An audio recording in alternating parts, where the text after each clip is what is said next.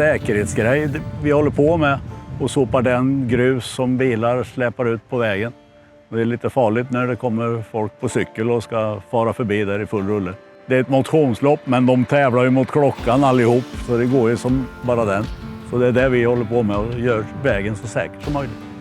På den här SL-sopvalsen med swishborstar som är bra för sån här vägsopning som vi gör idag, då är det ju viktigt att se till så att valsen står rätt.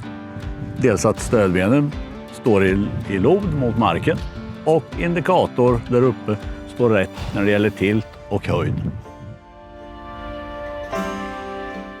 Jag var ju med vid föregångaren till den här maskinen och det är ju lite skillnad när det gäller avbalansering och följsamhet, helt klart. Så det har ju gått framåt. Så den ligger till bättre mot vägen om man säger så. Går lättare, spara bränsle och så vidare. Men allt i verkstaden har man väl gjort i princip. Ifrån svetsa, eller lossa plåten med truck och svetsa, måla, bocka, skära, montera, vaktmästare, alltihop i stort sett. Jag har hunnit med lite grann sedan 1978.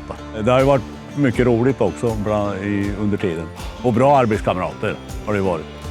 Både de som är där nu och de som har slutat.